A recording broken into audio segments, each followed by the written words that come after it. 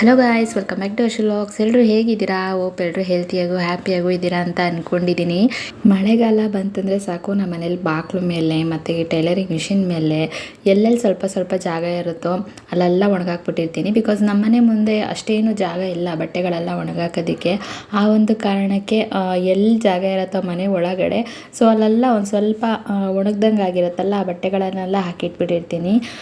ಇನ್ನು ಒಗ್ದಿರೋ ಬಟ್ಟೆಗಳನ್ನೆಲ್ಲ ಹೊರಗಡೆ ಸೈಡಲ್ಲಿ ಕಟ್ಟಿರ್ತೀನಲ್ಲ, ಅಲ್ಲಿ ಹಾಕ್ಬಿಟ್ಟು ಒಣಗಾದ್ಮೇಲೆ ಒಂದು ಸ್ವಲ್ಪ ಹೊರಗಡೆನೂ ಹಾಕಿರ್ತೀನಿ. ಅದಕ್ಕಿಂತ ಮುಂಚೆನೂ ಡ್ರೈಯರಿಗೆ ಹಾಕಿದ್ರೂ ಸಹ ಈ ಒಂದು ಮಳೆಯಲ್ಲಿ ಸಿಕ್ಕಾಬಟ್ಟೆ ಒಂಥರ ಸ್ಮೆಲ್ ಬಂದಂಗೆ ಆಗುತ್ತೆ, ಹಂಗೆ ಮಡ್ಚಿಡೋಕ್ಕೆ ಬರಲ್ಲ. ಇನ್ನೂ ಒದ್ದೆಲೇ ಇರುತ್ತಲ್ಲ, ಸೊ ಯಾವ ಥರ ಮೇಂಟೈನ್ ಮಾಡೋದು ಅನ್ನೋದು ಗೊತ್ತಾಗಲ್ಲ. ಇನ್ನು ನೈಟ್ ಹೊತ್ತು ಫ್ಯಾನ್ ಹಾಕಿರ್ತೀವಲ್ಲ, ಆ ಟೈಮಲ್ಲಿ ಬಾಗಿಲು ಮೇಲೆ ಇರೋದೆಲ್ಲ ಸ್ವಲ್ಪ ಒಣಗಿಬಿಟ್ಟಿತ್ತು.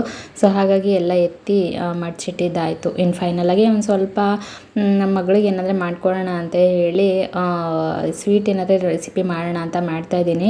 ಆ್ಯಕ್ಚುಲಿ ಮಳೇಲಿ ಏನಾದರೆ ಖಾರವಾಗಿರೋದು ತಿನ್ನಬೇಕು ಅಂತಲೇ ಅನಿಸೋದು. ಬಟ್ ಸ್ವಲ್ಪ ಪೈನಾಪಲ್ ಇತ್ತು, ನನ್ನ ಮಗಳು ಬೆಳಗ್ಗೆ ಒಂದು ಅರ್ಧ ತಿಂದಿದ್ಲು, ಇನ್ನೂ ಅರ್ಧ ಇಟ್ಟಿದ್ದೆ. ಕೇಸರಿಬಾತ್ ಏನಾದರೆ ಮಾಡೋಣ ಅಂತ ಹೇಳಿ ಮಾಡ್ತಾಯಿದ್ದೀನಿ. ಇದು ತುಂಬಾ ಹುಳಿ ಇತ್ತು.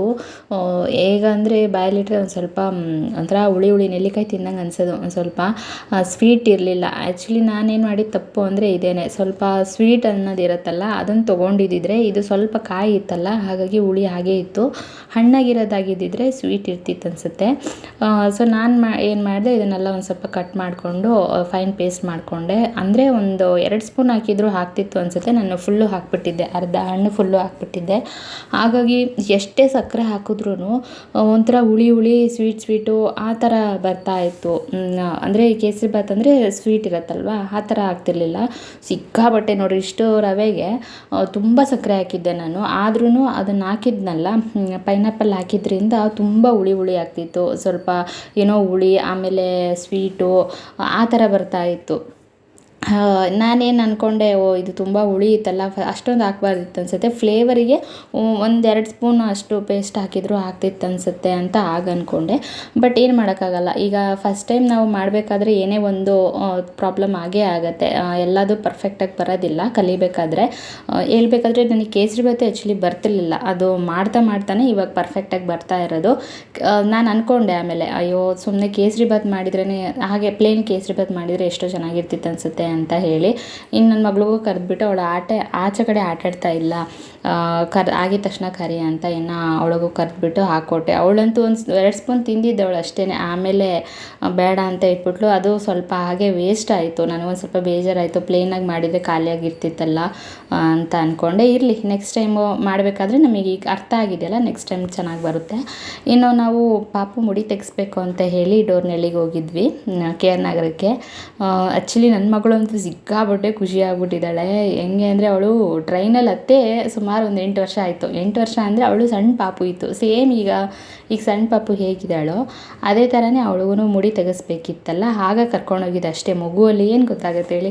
ಅಲ್ಲಿಂದ ಇಲ್ಲಿವರೆಗೂ ಅವಳು ಎಲ್ಲೂ ಕರ್ಕೊಂಡೋಗಿರಲಿಲ್ಲ ಟ್ರೈನಲ್ಲಿ. ಹಾಗಾಗಿ ಅವಳು ಫುಲ್ ಜೋಶಲ್ಲಿ ಇದ್ಲು. ಟ್ರೈನಲ್ಲಿ ಹೋಗ್ತೀವಿ ಅಂತ ಹೇಳಿ ಫೈನಲಾಗೆ ಟ್ರೈನಲ್ಲೇ ಹೊರಟ್ವಿ. ಅಂದರೆ ಈಗ ಬೆಳಗ್ಗೆ ಹೊರಟ್ರೆ ಸಂಜೆ ಅಲ್ಲ, ಮಧ್ಯಾಹ್ನ ಒಂದು 2 ಗಂಟೆ ಅಷ್ಟೊತ್ತಿಗೆ ನಾವು ಅಲ್ಲಿ ರೀಚ್ ಆಗ್ತೀವಿ. ಅಲ್ಲೇ ಒಂದಿನ ಇರಬೇಕು ಅಂತಲೇ ಪ್ಲ್ಯಾನು ನಮ್ಮದು. ಸೊ ಈ ಒಂದು ಜರ್ನಿ ಹೇಗಿತ್ತು ಅಂದರೆ ತುಂಬಾ ಖುಷಿ ಅನ್ನಿಸ್ತಿತ್ತು. ನಾನು ಸುಮಾರು ದಿನ ಆಯಿತು ಟ್ರೈನಲ್ಲೆಲ್ಲ ಹೋಗಿ. ಹಾಗೆಲ್ಲ ಚಿಕ್ಕ ವಯಸ್ಸಲ್ಲಿರ್ಬೇಕಾದ್ರೆ ರಜಾ ಬರೋಂಗಿಲ್ಲ, ಬರ್ತಿದ್ದಂಗೆ ಹೊರಟ್ಬಿಡ್ತಿದ್ವಿ ಊರಿಗೆ. ಈಗ ನನ್ನ ಮಗಳಿಗೆ ಭಾಳನೇ ಪಾಪ ಬೇಜಾರಾಗಿಬಿಟ್ಟಿದೆ, ಎಲ್ಲೂ ಕರ್ಕೊಂಡೋಗಲ್ಲ ನೀವು ಅಂತ ಹೇಳಿ. ಇಲ್ಲೇ ಲೋಕಲಲ್ಲಿ ಎಲ್ಲೆಲ್ಲಿರುತ್ತೋ ಅಲ್ಲಷ್ಟೇ ಹೋಗಿದ್ದು ಹೊರತು ಈ ಥರ ಟ್ರೈನಲ್ಲಿ ತುಂಬ ದೂರ ಬಸ್ಸಲ್ಲಿ ಹೋಗೋವಂಥ ಊರಿಗೆ ಎಲ್ಲೂ ಹೋಗಿರಲಿಲ್ಲ. ಲೋಕಲಲ್ಲಿ ಏನಿತ್ತು ಅಲ್ಲಿ ಮಾತ್ರನೇ ಬೆಳಗ್ಗೆ ಹೋಗಿ ಸಂಜೆ ಬರೋದು, ಇಲ್ಲ ಮಧ್ಯಾಹ್ನ ಬರೋದು ಅಷ್ಟೇ. ಇನ್ನು ನಾವು ಅಲ್ಲಿಗೆ ಹೋಗಿ ರೀಚ್ ಆಗ್ತಿದ್ದಂಗೆ ಫುಲ್ಲು ಹಳ್ಳಿ ಅದು. ಅಲ್ಲಿ ಏನು ಸಿಟಿ ಬಸ್ಸು ಎಲ್ಲ ಏನೂ ಇರೋದಿಲ್ಲ ಅಲ್ಲಿ. ಯೂಶ್ವಲಾಗಿ ಅಂದರೆ ಆಟೋ ಇರುತ್ತೆ, ಆಟೋ ಹತ್ಕೊಂಡೇ ಬರಬೇಕಾಗುತ್ತೆ. ಆಟೋದವರು ಅಂದರೂ ತುಂಬ ಜನ ಇರ್ತಾರೆ, ಸೊ ಆಟೋದಲ್ಲೇ ಬರಬೇಕಾಗುತ್ತೆ. ಒಂದು 11 ಕಿಲೋಮೀಟ್ರ್ ಇತ್ತು ರೈಲ್ವೆ ಸ್ಟೇಷನಿಂದ ಇದು ಚರ್ಚಿಗೆ. ಇನ್ನು ಈಗ ರೀಸೆಂಟಾಗಿ 2 ತಿಂಗಳಾಗಿತ್ತು ಜಾತ್ರೆ ಮುಗ್ದು. ಸೊ ಅದ್ರದ್ದೆಲ್ಲ ಜಾಯಿಂಟ್ ವೀಲು, ಕೊಲಂಬಸ್ಸು ಎಲ್ಲ ಇತ್ತಲ್ಲ, ಅದನ್ನೇನು ತೆಗ್ದಿಟ್ಟಿರಲಿಲ್ಲ. ಸೊ ನಾವು ಹೋದಾಗ ಫುಲ್ಲು ಸ್ವಲ್ಪ ಚೇಂಜ್ ಆಗಿತ್ತು ಚರ್ಚು. ಅವಾಗ ಹೋದಾಗ ಸ್ವಲ್ಪ ಬೇರೆ ಝೂ ಎಲ್ಲ ಇತ್ತು. ಬಟ್ ಈಗ ಇದೆಲ್ಲ ತೆಗೆದುಬಿಟ್ಟಿದ್ದಾರೆ ಅನಿಸುತ್ತೆ, ಸ್ವಲ್ಪ ಚೇಂಜಸ್ ಆಗಿದೆ ಇಲ್ಲಿ. ಅದೇ 1-8 ವರ್ಷ ಆಗಿತ್ತಲ್ಲ, ಹಾಗಾಗಿ ಚೇಂಜಸ್ ಆಗಿದೆ. ನಾವು ಲಾಸ್ಟ್ ಟೈಮ್ ಹೋಗಿದ್ದಾಗ ಬೆಳಗ್ಗೆ ಹೋಗಿ ನಾವು ಬಂದುಬಿಟ್ವಿ, ಸಂಜೆನೇ ರಿಟರ್ನ್ ಆಗಿಬಿಟ್ವಿ. ಸಂಜೆ ರಿಟರ್ನ್ ಆದರೆ ನಾವು ಮಿಡ್ನೈಟಲ್ಲಿ ಬಂದು ಮನೆಗೆ ರೀಚ್ ಆಗಿದ್ದು. ಬಟ್ ಇವತ್ತು ಹಾಲ್ಟ್ ಆಗಬೇಕಂತಲೇ ಹೋಗಿದ್ವಿ. ಇದೆಲ್ಲ ರೂಮ್ಸ್ಗಳಿದೆಲ್ಲ, ಇದೆಲ್ಲ ಒಂದೊಂದು ರೂಮು ಒಂದೊಂದು ಇಷ್ಟಿಷ್ಟು ಅಂತ ಪೇ ಮಾಡಬೇಕಾಗತ್ತೆ. ಈಗ ನಮ್ಗೆ ನಾರ್ಮಲಾಗಿ ರೂಮ್ ಬೇಕು ಅಂದರೆ 300 ಇರುತ್ತೆ. ವಿತ್ ಏನಾದರೆ ಸೋಲಾರ್ ಬಿಸಿನೀರು ಬೇಕು ಅಂತ ಹೇಳಿದರೆ ಅದಕ್ಕೊಂದು 600 ರೂಮು. ಇನ್ನೂ ಚೆನ್ನಾಗಿರಬೇಕು, ಬಿಸಿನೀರು ಬೇಕು, ರೂಮು ಡಬಲ್ ಕಾಟ್ ಇರಬೇಕು, ರೂಮು ಚೆನ್ನಾಗಿರಬೇಕು ಅಂತ ಹೇಳಿದರೆ 1000 ಆಗುತ್ತೆ ಪರ್ ಡೇ ರೂಮು. ನಾವು ಒಂದೇ ದಿನ ಅಲ್ವಾ, ಇನ್ನೇನು ಏನಕ್ಕೆ ಅಷ್ಟೊಂದಲ್ಲ ಅಂತ ಹೇಳಿ ಕಡಿಮೆ ಇದಕ್ಕೆ ತೊಗೊಂಡಿದ್ವಿ. ಇನ್ನು ಇದೇನು ನೋಡ್ತಾ ಇರ್ಬೋದು, ಚರ್ಚು ತುಂಬ ಚೆನ್ನಾಗಿದೆ. ಇದು ಫ್ರಂಟಲ್ಲಿ ಒಂದಿದೆ ದೇವ್ರಿಂದ, ಅಂದರೆ ಜೀಸಸ್ತೆ ಸಪ್ರೇಟಾಗಿ. ಈ ಸೈಡಲ್ಲಿರೋದು ಬಂದುಬಿಟ್ಟು ಅಂತೋಣಿ ಮತ್ತು ಮರಿಯಾಳು, ಅಂದರೆ ಅವ್ರದ್ದು ಚರ್ಚು ಇಲ್ಲಿರೋದು, ಇಲ್ಲಿ ಹಿಂದಗಡೆ ತುಂಬ ದೊಡ್ಡ ಚರ್ಚು ಇದು. ಇನ್ನು ನನ್ನ ಮಗಳೆಲ್ಲ ಸುಮ್ಮನೆ ಆ ಕಡೆ ಎಲ್ಲ ಓಡಾಡ್ಕೊಂಡು ಆಟಾಡ್ತಾಯಿದ್ದು. ನಮಗೂ ಒಂದು ಸ್ವಲ್ಪ ಟಯರ್ಡ್ ಆಗಿಬಿಟ್ಟಿತ್ತು, ಬಂದು ಕೂತ್ಕೊಂಡು ಫ್ರೆಶ್ ಅಪ್ ಆದರೆ ಸಾಕು ಅಂತ ಅನ್ನಿಸ್ತಿತ್ತು. ಅಂದರೆ ಫಸ್ಟು ರೂಮ್ ಬುಕ್ ಮಾಡೋದಕ್ಕೆಲ್ಲ ಹೋಗಿದ್ರಲ್ಲ, ಇಲ್ಲಿ ಅದಕ್ಕೆ ನಾವು ಕೂತಿದ್ವಿ. ಇಲ್ಲಿ ನೋಡ್ತಾ ಇರ್ಬೋದು, ಇಲ್ಲೆಲ್ಲ ಅಡುಗೆ ಮಾಡ್ಕೊತಾರೆ ಸಾಮಾನ್ಯ. ಇಲ್ಲಿ ಇದು ಹೋಟೆಲ್, ಇಲ್ಲಿರೋದೊಂದು ಕ್ಯಾಂಟೀನಲ್ಲಿ ಆಲ್ಮೋಸ್ಟ್ ತಿನ್ನೋದು ತುಂಬಾ ಕಡಿಮೆ. ಆಲ್ಮೋಸ್ಟ್ ಎಲ್ಲ ಆ ಥರ ಜಾಗ ಕೊಟ್ಟಿರ್ತಾರೆ, ಅಲ್ಲೇ ಮನೆಯಿಂದನೇ ಎಲ್ಲ ತೊಗೊಬಂದು ಆಲ್ಮೋಸ್ಟ್ ಎಲ್ಲ ಅಲ್ಲೇ ಅಡುಗೆ ಮಾಡ್ಕೊಂಡು ತಿಂದು ಅದೊಂಥರ ತುಂಬ ಚೆನ್ನಾಗಿರುತ್ತೆ. ಒಂದೊಂದು ವಾರ ಇರ್ತಾರೆ ಬಂದು ಇಲ್ಲಿ. ನಾವು ಹೋದಾಗಲೂ ಒಂದು 3 ದಿನ 4 ದಿನ ಆಗಿತ್ತು ಅನಿಸುತ್ತೆ. ಅವ್ರು ಬಂದು ಅವ್ರು ಇನ್ನೂ ಅಲ್ಲೇ ಇದ್ದರು, ನಾವು ಒಂದೇ ದಿನ ಇದ್ದಿದ್ದು. ಅಲ್ಲೇ ಅಡುಗೆ ಮಾಡಿಕೊಂಡು ಮುದ್ದೆ ಎಲ್ಲ ಮಾಡಿಕೊಂಡು ತಿಂತಾಯಿದ್ರು ರೂಮ್ ಹತ್ರ. ತುಂಬ ಚೆನ್ನಾಗಿರುತ್ತೆ. ಫ್ಯಾಮಿಲಿ ಜೊತೆ ಹೋದರೆ ತುಂಬ ಒಂಥರ ಪೀಸ್ಫುಲ್ ಮೈಂಡ್ ಇಲ್ಲಂತೂ. ನಾವು ಬರ್ತಿದ್ದಂಗೆ ಒಂದು ಸ್ವಲ್ಪ ಲಗೇಜೆಲ್ಲ ರೂಮಲ್ಲೆಲ್ಲ ಇಟ್ಬಿಟ್ಟು ಬಂದುಬಿಟ್ಟು ಇಲ್ಲಿ ಕ್ಯಾಂಟೀನಲ್ಲೇ ಕೂತ್ಕೊಂಡು ಊಟ ಮಾಡಿದ್ವಿ. ಅಂದರೆ ಟ್ರೈನಲ್ಲಿ ಮಾಡಿರಲಿಲ್ಲ, ಬೆಳಗ್ಗೆ ತಿಂಡಿ ಮಾಡಿದ್ದಷ್ಟೇ. ಇನ್ನೇನು ಡೈರೆಕ್ಟಾಗಿ ಫಸ್ಟ್ ಬಂದುಬಿಡೋಣ ಇಲ್ಲಿ, ಆಮೇಲೆ ಬೇಕಾದರೆ ಮಾಡೋಣ ಅಂತೇಳಿ ಇಲ್ಲೇ ಕ್ಯಾಂಟೀನಿಗೆ ಊಟಕ್ಕೆ ಬಂದ್ವಿ. ಇನ್ನು ನನ್ನ ಮಗಳೂ ಅಲ್ಲೂ ಮೊಬೈಲ್ ಕೊಡು ಅಂತ ಆಟ ಮಾಡ್ತಾಯಿದ್ಲ. ಫಸ್ಟ್ ಬಾಯಿ ಮುಚ್ಕೊಂಡು ನಡಿ ಊಟ ಮಾಡು, ಆಮೇಲೆ ನೋಡೋಣ ಅಂತ ಹೇಳಿ ಅವಳನ್ನು ಕರ್ಕೊಬಂದೆ. ಇಲ್ಲಿ ಚರ್ಚ್ ಒಳಗೇ ಒಂದು ಅಂದರೆ ಸಲೂನ್, ಹೇರ್ ಕಟ್ ಮಾಡೋದು ಇಲ್ಲೇ ಇರುತ್ತೆ, ಇಟ್ಕೊಂಡಿದ್ದಾರೆ. ಒಂದು ಕೂಪನ್ ತೊಗೊಬೇಕು. ಕೂಪನ್ ತೊಗೊಂಡಿದ್ಮೇಲೆ ನಾವಿಲ್ಲಿ ಬಂದು ಕಟ್ ಮಾಡಿಸ್ಬೇಕಾಗತ್ತೆ. ಅಯ್ಯೋ ನಮ್ಮ ಪಾಪು ಅಂತೂ ಸಿಕ್ಕಾಪಟ್ಟೆ ಹತ್ಬಿಟ್ಟಿದ್ಲು ಹೇರ್ ಕಟ್ ಮಾಡಬೇಕಾದ್ರೆ.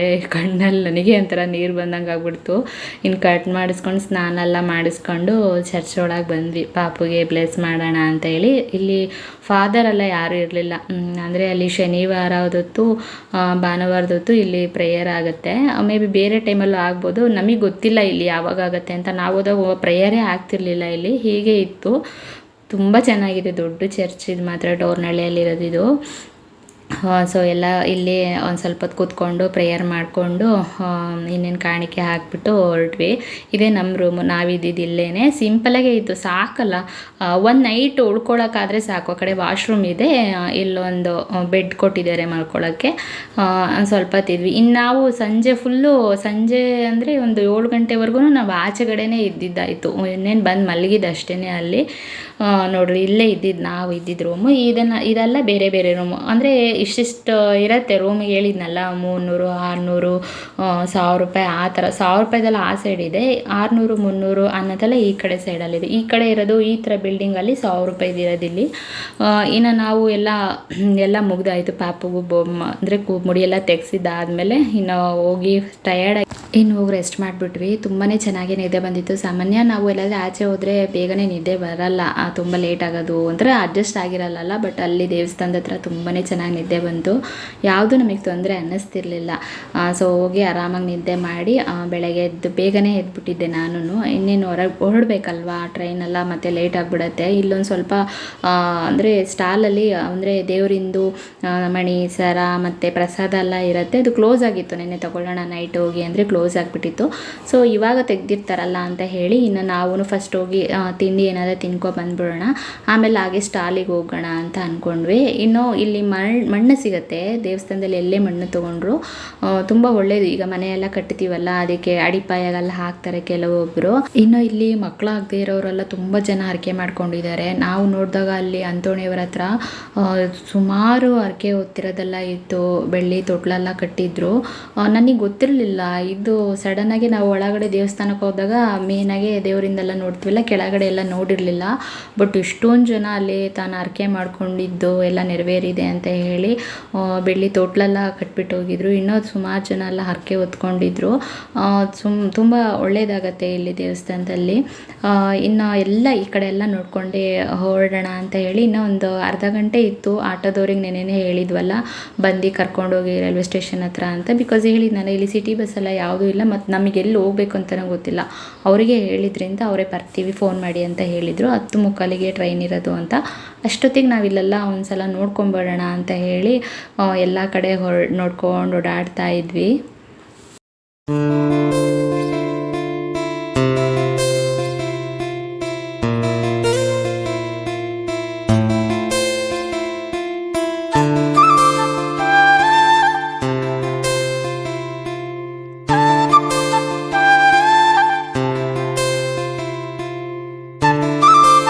ಇನ್ನು ಇಲ್ಲೆಲ್ಲ ನೋಡ್ಬೋದು. ಮುಂಚೆ ಇಲ್ಲಿ ನಾವು ಬಂದಾಗ ಈ ಏರಿಯಾದಲ್ಲಿ ಝೂ ಇತ್ತು, ಅಲ್ಲಿ ಸ್ಟಾಲ್ ಇದ್ದಿತ್ತು ಸೇಮು. ಬಟ್ ಈ ಕಡೆ ಎಲ್ಲ ಹಲಸಿಂದೆಲ್ಲ ಮರ ಇತ್ತಲ್ಲ, ಈ ಕಡೆ ಎಲ್ಲ ಇದೆಯಲ್ಲ ತೆಂಗಿನ ಮರ ಅಲ್ಲ, ಈ ಕಡೆ ಫುಲ್ಲು ಅಲ್ಲಿಂದ ಫುಲ್ಲು ದೊಡ್ಡದಾಗೆ ಒಂದು ಝೂ ಇತ್ತು. ಅಲ್ಲಿ ಆಸ್ಟ್ರಿಚು, ಬೇರೆ ಬೇರೆ ಕೋಗಿಲೆ, ನವಿಲು, ಸೊ ಬೇರೆ ಬೇರೆ ಪ್ರಾಣಿಗಳನ್ನೆಲ್ಲ ಸಾಕಿದ್ರು. ಬಟ್ ನಾವು ಇಲ್ಲಿ ಕೇಳಿದಾಗ ಸೆಕ್ಯೂರಿಟಿಗೆ ಇಲ್ಲ, ಅದನ್ನು ನಮಗೆ ಮೇಂಟೈನ್ ಮಾಡೋಕ್ಕಾಗಲ್ಲ ಅಂತ ಹೇಳಿ ಝೂಗೆ ಕೊಟ್ಬಿಟ್ವಿ ಅಂತ ಹೇಳಿದ್ರು. ಇನ್ನು ನಾವು ಸ್ಟಾಲ್ ಒಳಗೆ ಬರ್ತಿದ್ದಂಗೆ ನನ್ನ ಮಗಳು ಇದು ಬ್ರಾಸ್ಲೆಟ್ ಕೇಳ್ತಾ ಇದ್ಲು. ಬ್ರಾಸ್ಲೆಟ್ ಖಾಲಿ ಆಗಿದೆ ಅಂತ ಹೇಳ್ತಾ ಇದ್ರು ಅಲ್ಲಿ ಸರ್. ಇನ್ನು ಬೇರೆದೆಲ್ಲ ತುಂಬ ಇದ್ವು, ಕೀ ಬೆಂಚು, ಸ್ವಾಮಿ ಡಾಲರ್ಗಳು. ನೋಡೋಕ್ಕೆ ಎಷ್ಟೊಂದು ಖುಷಿ ಅನ್ನಿಸ್ತಾ ಇತ್ತು. ಅಂದರೆ ಎಲ್ಲ ಕಾಸ್ಟ್ಲಿ ಇದೆ ಅಲ್ಲಿ, ತೊಗೊಳಕ್ಕಾಗಲ್ಲ. ಚಿಕ್ಕ ಪುಟ್ಟ ತೊಗೋಬೋದು, ಬಟ್ ಎಲ್ಲ ಕಾಸ್ಟ್ಲಿ ಇದೆ. ಬಟ್ ಏನೇ ಕಾಸ್ಟ್ಲಿ ಇದ್ರೂ ಅಲ್ಲಿ ಒಂದು ಚೌಕಾಸಿ ಮಾಡಬಾರ್ದು, ಯಾಕೆಂದರೆ ಇದು ದೇವಾಲಯದ ಅಭಿವೃದ್ಧಿಗೋಸ್ಕರ ಅವ್ರು ಆ ಥರ ಜಾಸ್ತಿ ಇದರಲ್ಲಿ ಮಾಡ್ತಾ ಇದ್ದಾರೆ ಅಷ್ಟೇ. ಬಟ್ ಅಲ್ಲಿ ನಾವು ಅದಕ್ಕೆ ಚೌಕಾಸಿ, ನಾನು ಸಾಮಾನ್ಯ ಎಲ್ಲ ಕಡೆಯೂ ಚೌಕಾಸಿ ಮಾಡ್ತಿರ್ತೀನಿ, ಇಲ್ಲಿ ಹಂಗೆ ಮಾಡೋಕ್ಕಾಗಲ್ಲ. ಹಾಗಾಗಿ ಸ್ವಲ್ಪ ಅವ್ರು ಏನು ಹೇಳ್ತಾರೋ ಅದೇ ರೇಟಲ್ಲೇ ತೊಗೊಂಡಿದ್ದಾಯಿತು. ಇಷ್ಟೇ ನಾವು ತೊಗೊಂಡಿದ್ದು, ಕೀ ಬೆಂಚು ಮತ್ತು ಪಾಪುಗೆ 2 ಸರ ಮತ್ತು ದೊಡ್ಡದೊಂದು ಸರ ಅಂತ ಹೇಳಿ. ಮತ್ತು ನನ್ನ ಮಗಳು ಅಂತೂ ಇನ್ನೂ ಉಂಗುರ ಬೇಕು ಅಂತ ಕೇಳ್ತಾ ಇಲ್ಲ. ಅವಳ ಸೈಜಿಗೆ ಅಲ್ಲೆಲ್ಲೂ ಉಂಗುರನೇ ಸಿಗ್ತಾ ಇಲ್ಲ. ಅದರಲ್ಲೂ ಅವರೇ ಸ್ವಲ್ಪ ಹುಡುಕ್ಬಿಟ್ಟು ಅವರೇ ಕೈಗೆ ಹಾಕ್ತಾಯಿದ್ರು. ಇನ್ನು ನಾವು ಅಲ್ಲೆಲ್ಲ ತೊಗೊಂಡಿದ್ದಾದಮೇಲೆ ಇನ್ನು ಹೋಟೆಲ್ಗೆ ಹೋಗಿ ಪೂರಿ ಮಾತ್ರ ತಿನ್ಕೊಂಡು ಪಾಪುಗೊಂದು ಇಡ್ಲಿ ತಿನ್ನಿಸ್ದೆ. ಇನ್ನು ಇಲ್ಲೇನು ಗೊತ್ತಾ ಅಂದರೆ, ನೆನ್ನೆ ಸಾಂಬಾರು ಇವತ್ತೇ ಕೊಟ್ಟರು, ಬಟ್ ಅಡ್ಜಸ್ಟ್ ಮಾಡ್ಕೋಬೇಕು, ಏನು ಮಾಡೋಕ್ಕಾಗಲ್ಲ. ಅದು ಬಿಟ್ಟರೆ ಬೇರೆ ಎಲ್ಲೂ ಇಲ್ಲಿ ಹೋಟೆಲ್ ಇಲ್ಲ, ಅದೊಂದೇ ಇರೋದು ಕ್ಯಾಂಟೀನು ನಮ್ಗೆ ಗೊತ್ತಿರೋಂಗೆ. ಸೊ ನಾವು ಎಲ್ಲ ತಿನ್ಕೊಂಡು ಇನ್ನೇನು ಮನೆಗೆ ಹೊರಡ್ತಾಯಿದ್ವಿ. ಇನ್ನು ಅಷ್ಟು ನನ್ನ ಪಾಪನು ಒಂದು ಸ್ವಲ್ಪ ಹೊತ್ತು ಆಟಾಡ್ತೀನಿ ಅಂದ್ಲ, ಆಟೋ ಅಂಕಲ್ ಬರೋವರೆಗೂ ಇನ್ನು ಆಟಾಡ್ತಿರ್ಲಿ ಅಂತ ಹೇಳಿ ನಾನು ಹಿಂದೆಗಡೆ ಒಂದು ಸ್ವಲ್ಪ ದೇವಸ್ಥಾನದ ಹತ್ರ ಮಣ್ಣು ಸಿಗುತ್ತೆ. ನಿನ್ನೆ ಬಾಗ್ಲು ಹಾಕ್ಬಿಟ್ಟಿದ್ರು ಬೇಗನೆ, ಹಾಗಾಗಿ ಒಂದು ಸಲ ಮಣ್ಣು ತೊಗೊಂಬರೋಣ ಅಂತ ಹೇಳಿ ಹೊರಟಿದ್ದೆ. ಇನ್ನೇನು ಮಣ್ಣು ತರೋಷ್ಟೊತ್ತಿಗಳು ಅವರು ಆಟೋದವ್ರು ಬರ್ತಾರೆ ಅಂತ ಹೇಳಿ ನಾನು ಹೊರಟೆ. ಇನ್ನು ಪಾಪನು ಆಟಾಡ್ತಾ ಇಲ್ಲಿ ನೆನ್ನೆಂದೇ ಕೇಳ್ತಾ ಇಲ್ಲ ನಾನು ಆಟಾಡ್ತೀನಿ ಅಂತ. ಇನ್ನು ಆಟಾಡೋವರೆಗೂ ನಾನು ಮಣ್ಣು ತಂದೆ. ಆ ಆಟೋದವ್ರು ಇನ್ನೇನು ಬರ್ತಾರೆ ಅಂತ ಫೋನ್ ಮಾಡಿದರೆ ಅಷ್ಟೊತ್ತಿಗೆ ನಾನು ಹೋಗಿ ತಂದಿದ್ದಾಯಿತು. ಇನ್ನು ಮನೆಗೆ ಹೊರಟ್ವಿ. ಇದಾಗಿರುತ್ತೆ 2 days ಇನ್ ಲಾಗ್ಸು, ಡೋರ್ನಳ್ಳಿಗೆ ಹೋಗಿರೋದು. ಸೊ ವಿಡಿಯೋ ಇಷ್ಟ ಆದರೆ ಪ್ಲೀಸ್ ಸಬ್ಸ್ಕ್ರೈಬ್ ಮಾಡ್ಕೊಳ್ಳಿ, ಲೈಕ್ ಮಾಡಿ ಆ್ಯಂಡ್ ಶೇರ್ ಮಾಡಿ. ನೆಕ್ಸ್ಟ್ ವಿಡಿಯೋದಲ್ಲಿ ಸಿಗ್ತೀನಿ. See you again.